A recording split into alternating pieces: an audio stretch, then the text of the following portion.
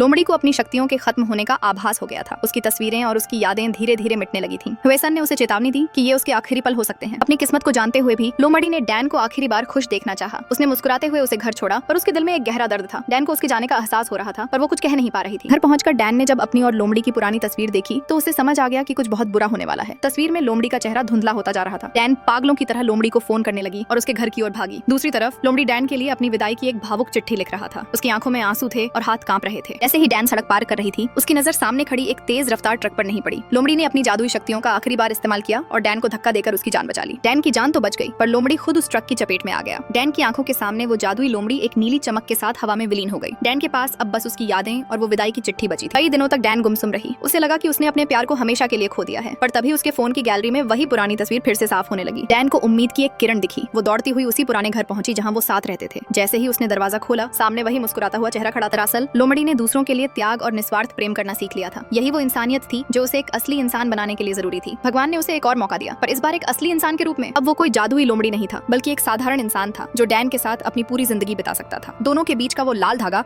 आखिरकार उन्हें हमेशा के लिए एक कर गया। एक मुकम्मल और खूबसूरत अंत